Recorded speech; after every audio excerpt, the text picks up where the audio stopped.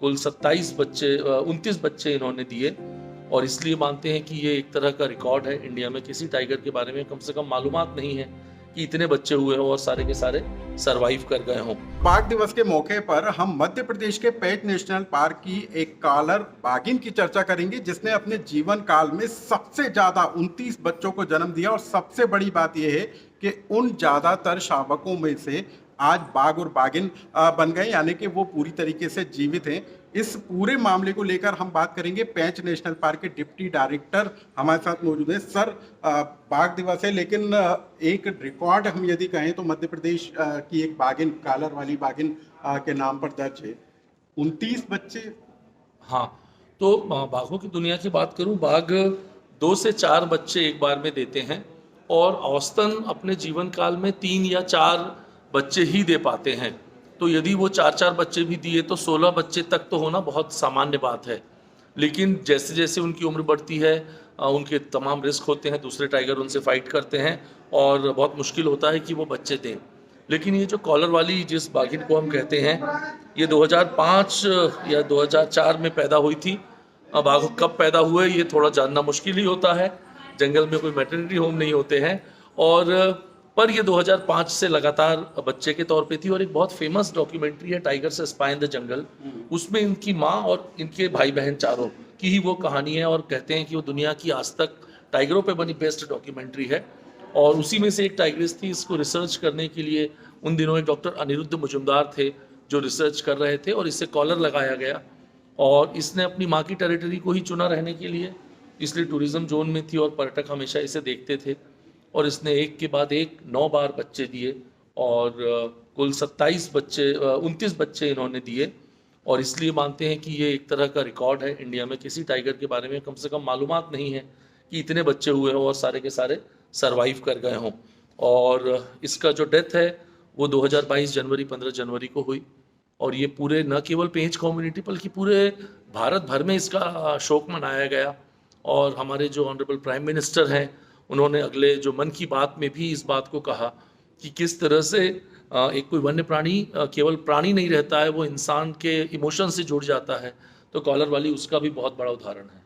Sir, लेकिन क्या लगता है कि जो मध्य प्रदेश जो टाइगर स्टेट कहलाता है उसमें एक बड़ा योगदान इस कालर वाली निस्संदेह है। क्योंकि आप देखिए कि हम यदि 2010 की बात करें तो हम 3 गुना हो गए और जो हमारे ऑनरेबल सीएम ने भी कहा, दुगना तो सुना है, तिगुना, तो 12 सालों में 3 गुना हो जाना, तो उसमें टाइगर के बर्थ की सक्सेस रेट का बहुत बड़ा योगदान है।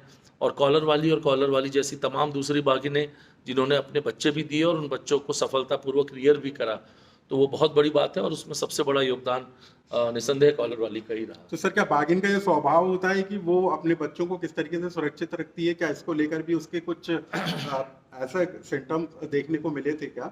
नहीं, बाघिन के लिए देखिए बहुत मुश्किल होता है अपने बच्चों को सुरक्षित रखना, क्योंकि जब वो बच्चे 6 महीने के होते हैं तो सियार या भेड़िया जैसे जानवर भी उन पे अटैक कर देते हैं या सांप अजगर भी उनको अटैक कर देता है और उनके लिए खतरा, तेंदुआ उनके लिए खतरा होता है।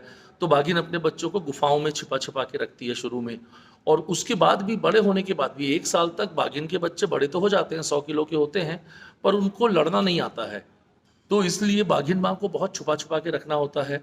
जंगलों में ऐसी जगह ढूंढनी पड़ती है जहाँ केवल बच्चे रहें। और बाघिन के बच्चे बहुत अनुशासित होते हैं। एक बार यदि माँ ने उन्हें गुफा में छुपा दिया तो जब तक माँ की आवाज़ नहीं निकलेगी वो बाहर नहीं निकलते हैं। तो कहते हैं ना, जीवन में सफलता के लिए अनुशासन चाहिए। तो बाघिन के बच्चे बहुत अनुशासित होते हैं और तभी वो एक सफल शिकारी और जंगल के राजा बनते हैं। और आई थिंक कॉलर वाली उसकी मास्टर थी, उसके बच्चे बहुत अनुशासित थे, इसलिए वो सरवाइव कर पाए। तो आज भी हम क्या उसके इस योगदान को याद करते हैं? जरूर, हम कॉलर वाली या उनको माता राम भी कहते हैं। और आप जानते हैं माँ का दर्जा है पेंच के लोगों के बीच में और हम सब जुड़े हुए हैं। आप देख रहे हैं मैं बोल भी रहा हूँ तो मैं इमोशनल हो रहा हूँ। तो वो एक बाघिन कहना भी लगता है कि क्या बाघिन, वो तो हमारे परिवार की सदस्य जैसी है। और हम उनकी जो मृत्यु हुई थी 15 जनवरी को 2022 को, तो प्रतिवर्ष हम क्योंकि जो कहते हैं ना कि हमारे घर का कोई बड़ा बूढ़ा अपना पूरा जीवन यदि व्यतीत करके मृत्यु को पाता है तो हम ढोल धमाके के साथ उनके अंतिम संस्कार के लिए जाते हैं। तो कॉलर वाली एज अ बाघिन के तौर पे उसने अपना पूरा जीवन जिया, बहुत रिस्पेक्टफुली जिया, तो हम उसकी मृत्यु को भी सेलिब्रेट करते हैं, याद करते हैं हम कॉलर वाली को। और कॉलर वाली के बच्चे और उनके बच्चे तो आज भी पेंच लैंडस्केप में घूम रहे हैं और हम उनको सुरक्षित रखने का प्रयास कर रहे हैं। मध्य प्रदेश की जो कालर वाली बागिन है, जिसको माता राम बागिन के नाम से भी संबोधित किया जाता था, उसका मध्य प्रदेश में बाघों का कुनबा बढ़ाने में एक बड़ा योगदान रहा है। और खुद माता राम यानी कि कालर वाली बागिन ने 29 बच्चों को जन्म दिया और जो आज सरवाइव कर चुके हैं, और एक बड़ा योगदान मध्य प्रदेश के बाघों की संख्या बढ़ाने में उनका है। लोकमत के लिए भोपाल से अनुराग श्रीवास्तव की रिपोर्ट।